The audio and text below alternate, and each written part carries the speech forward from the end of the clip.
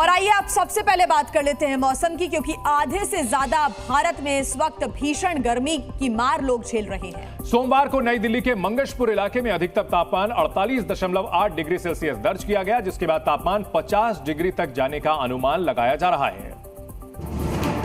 दिल्ली समेत उत्तर पश्चिम भारत के लोगों को 30 मई के बाद ही भीषण गर्मी से राहत मिलने का अनुमान जताया गया है। मौसम विभाग के मुताबिक उत्तर पश्चिम भारत के हिस्सों में भीषण लू चल रही है और ये अगले 3 दिनों तक जारी रह सकती है, लेकिन 30 मई से इसकी तीव्रता धीरे धीरे कम होती जाएगी, क्योंकि एक वेस्टर्न डिस्टर्बेंस आ रहा है। वेस्टर्न डिस्टर्बेंस और अरब सागर से नमी आने की वजह से देश के उत्तर पश्चिम और मध्य भागों में गरज के साथ बारिश होने का अनुमान जताया गया है।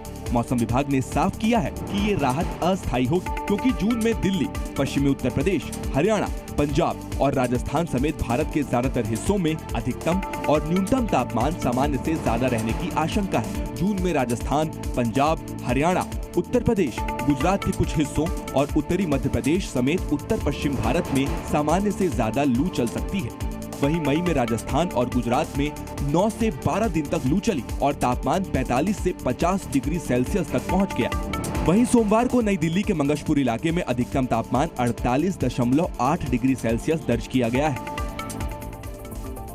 उधर पाकिस्तान में भी गर्मी का प्रचंड रूप देखने को मिल रहा है। लोगों का यहाँ जीना मुश्किल हो चुका है। तापमान 52 डिग्री के पार पहुंच गया है।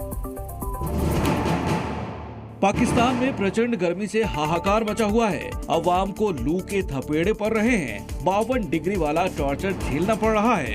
ये सुनसान सड़कें, बाजार बंद और नहाते लोग तस्वीरें बता रही हैं कि किस कदर गर्मी ने लोगों को झुलसाया हुआ है।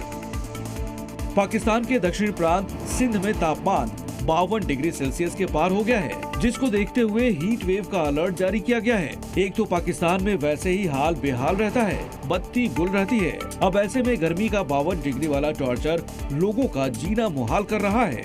गर्मी से बचने के लिए जनता का सिर्फ एक सहारा है, वो है हाथ का पंखा, क्योंकि न तो वहाँ पर लाइट है और न ही पंखे।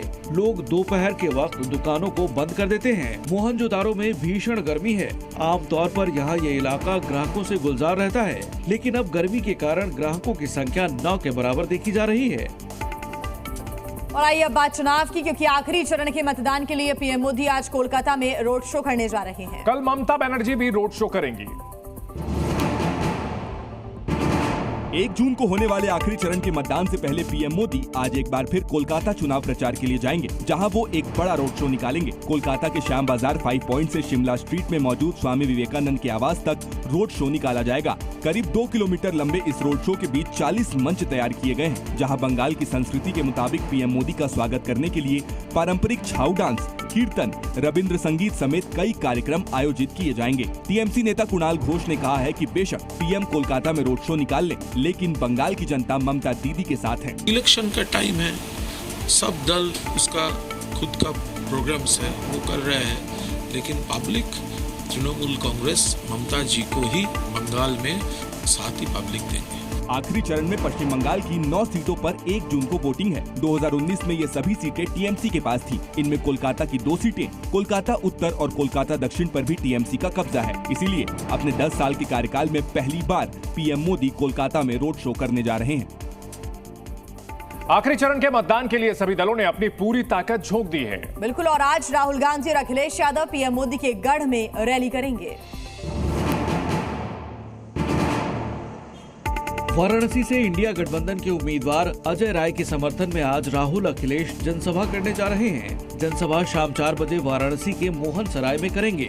ये वही जगह है जहां किसानों पर लाठी चार्ज किया गया था। रैली का नाम परिवर्तन संकल्प सभा रखा गया है, जिसे कामयाब बनाने के लिए इंडिया गठबंधन के घटक दल समाजवादी पार्टी ने खास तौर पर तैयारी की है। समाजवादी पार्टी ने अपने कार्यकर्ताओं से अपील की है कि सभी अपने अपने इलाकों से ज्यादा लोगों को रैली में लेकर आएं। रैली से पहले दोपहर 1:15 बजे राहुल अखिलेश संयुक्त प्रेस कॉन्फ्रेंस भी करेंगे। बीजेपी नेता गिरिराज सिंह ने राहुल अखिलेश पर तंज कसा कि चुनाव के बाद दोनों एक दूसरे पर हार का ठीकरा फोड़ने वाले हैं। अखिलेश यादव गाना गाएंगे, गीत गाएंगे, दगाबाज कहाँ चले गए तुम, और राहुल गांधी फिर दूसरी गाना गाएंगे, वो विदेश चले जाएंगे टूरिज्म के लिए, चल उड़ जा रे पंछी, ये देश हुआ बेगाना। वहीं देखिए, विपक्ष के कुछ नेताओं को पाकिस्तान से कथित समर्थन को पीएम मोदी ने गंभीर बताया है। पीएम मोदी ने इसे जांच का विषय भी करार दिया है। पाकिस्तान में भारतीय चुनावों को लेकर चर्चा जारी है। इमरान खान की पार्टी के नेता फवाद चौधरी राहुल गांधी और अरविंद केजरीवाल के सोशल मीडिया पोस्ट पर टिप्पणी कर सुर्खियां बटोर चुके हैं, तो बीजेपी ने इसे मुद्दा बनाने में देरी नहीं की। खुद प्रधानमंत्री नरेंद्र मोदी कई रैलियों में विपक्ष पर बड़ा हमला बोल चुके हैं। पाकिस्तान में सपा कांग्रेस के इंडी गठबंधन के लिए दुआ पड़ी जा रही है। इतना ही नहीं, एक न्यूज एजेंसी से बातचीत में पीएम मोदी ने इसे गंभीर मुद्दा बताया।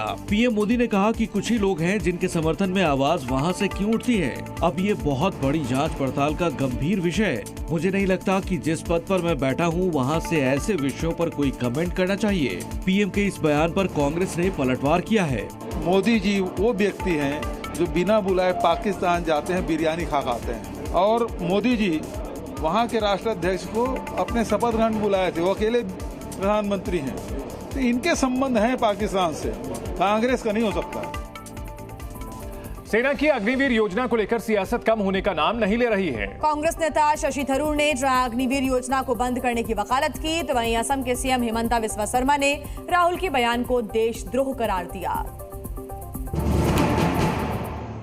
अग्निवीर योजना को लेकर राहुल गांधी ने एक बार फिर केंद्र सरकार पर निशाना साधा है। राहुल ने अग्निवीर योजना पर सवाल खड़े किए और योजना को देश के सैनिकों का अपमान बताया है। राहुल ने सोशल मीडिया पर वीडियो शेयर करते हुए लिखा कि आज बिहार में जनसभा के दौरान अग्निवीर विकास कुमार से चर्चा हुई तो उस बहादुर युवा की पीड़ा उसकी आंखों से बह निकली। जैसे इंडिया गठबंधन की सरकार आएगी, हम अग्निवीर योजना को फाड़ के कूड़ेदान में फेंक देंगे।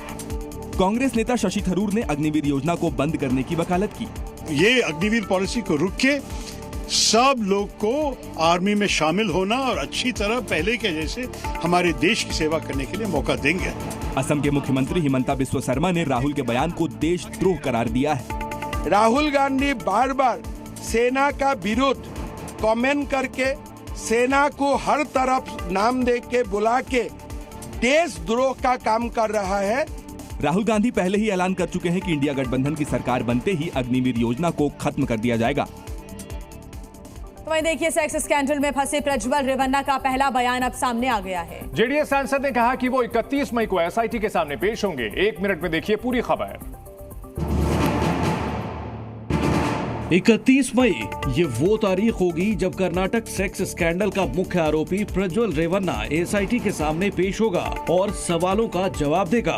प्रज्वल रेवन्ना पिछले कई दिनों से फरार चल रहा है, लेकिन मामले की तूल पकड़ने के बाद प्रज्वल का पहला बयान सामने आया है। जेडीएस सांसद ने वीडियो जारी करते हुए कहा है, ಏನು ಓಪನ್ ವೇದಿಕೆಗಳಲ್ಲಿ ಈ ಒಂದು ವಿಚಾರಗಳನ್ನ ಪ್ರಚಾರ ಮಾಡೋದಕ್ಕೆ ಪ್ರಾರಂಭ ಮಾಡಿದ್ರು, ಚರ್ಚೆ ಮಾಡೋದಕ್ಕೆ ಪ್ರಾರಂಭ ಮಾಡಿದ್ರು, ಒಂದು ರಾಜಕೀಯದ ಪಿತೂರಿ ಮಾಡೋಂಥ ಕೆಲಸನ ಮಾಡಿದ್ರು।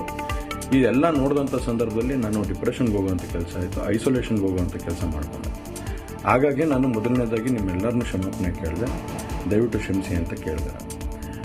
ಅದಾದ ನಂತರ ಹಾಸನಲ್ಲೂ ಕೂಡ ಕೆಲವು ಶಕ್ತಿಗಳು ಎಲ್ಲ ಒಟ್ಟಿಗೆ ಸೇರಿಕೊಂಡು ಇವತ್ತು ನನ್ನ ಮೇಲೆ ರಾಜಕೀಯದ ಒಂದು ಪಿತೂರಿ ಮಾಡೋವಂಥ ಕೆಲಸ ಮಾಡೋವಂಥದ್ದಿರ್ಬೋದು। प्रज्वल को पूरा भरोसा है कि वो इस मामले में रिहा हो जाएगा। अब देखने वाली बात ये होगी कि 31 मई को प्रज्वल एसआईटी के सामने पेश होता है या नहीं। संदेशखाली के मुख्य आरोपी शाहजहां शेख के खिलाफ दाखिल चार्जशीट में जमीन कब्जा करके करीब 261 करोड़ रुपए की संपत्ति बनाने का जिक्र किया गया है और साथ ही 180 बीघा जमीन पर अवैध कब्जा भी किया गया, ऐसा आरोप है। ईडी ने जेल में बंद शेख शाहजहां के खिलाफ चार्जशीट दाखिल की है। चार्जशीट में शाहजहां पर संदेशखाली और आसपास के इलाकों में लोगों की जमीन पर कब्जा कर करीब 261 करोड़ रुपए की संपत्ति बनाए जाने के आरोप का जिक्र किया है। ईडी का दावा है कि ये संपत्ति भ्रष्टाचार के जरिए हासिल की गई है। 113 पन्नों की चार्जशीट में शाहजहां के अलावा उसके भाई शेख आलमगीर को भी आरोपी बनाया गया है। 2 और नाम का भी चार्जशीट में जिक्र किया गया है। धोखे से हड़पी गई करीब 261 करोड़ रुपए की संपत्ति की पहचान की जा चुकी है। चार्जशीट के मुताबिक शाहजहां ने करीब 180 बीघा जमीन पर कब्जा कर रखा है। चार्जशीट में संदेशखाली में सीबीआई छापेमारी के दौरान बरामद किए गए हथियारों का भी जिक्र किया गया है। बीते मार्च की शुरुआत में ईडी ने शाहजहां और उसके करीबियों की 12 करोड़ 78 लाख रुपए की संपत्ति जब्त की थी। इसके बाद 17 मई को ईडी ने जानकारी दी कि शाहजहां के 17 बैंक खातों से 3 करोड़ 78 लाख रुपए जब्त किए गए हैं। इसके अलावा ईडी ने 10.5 मिलियन रुपए की बाजार कीमत वाली 55 अचल संपत्तियां भी जब्त की हैं। बात इंडिया गठबंधन की, जिसकी चुनाव के बाद 1 जून को दिल्ली में अहम बैठक होगी। लेकिन टीएमसी चीफ और पश्चिम बंगाल की मुख्यमंत्री ममता बनर्जी ने बैठक में शामिल होने से इनकार कर दिया है। नतीजों से पहले इंडिया गठबंधन आगे की रणनीति बनाने में जुटा है। 1 जून को गठबंधन के सभी सहयोगियों को दिल्ली में मिलने का न्योता दिया गया है। सूत्रों से खबर है कि ये बैठक लोकसभा चुनावों पर चर्चा और समीक्षा के लिए बुलाई गई है। आरजेडी नेता तेजस्वी यादव ने भी कहा है कि वो बैठक में शिरकत करेंगे। मोदी जी, आप विदाई का तैयारी करो। 4 जून को इंडिया की सरकार बनने जा रही है।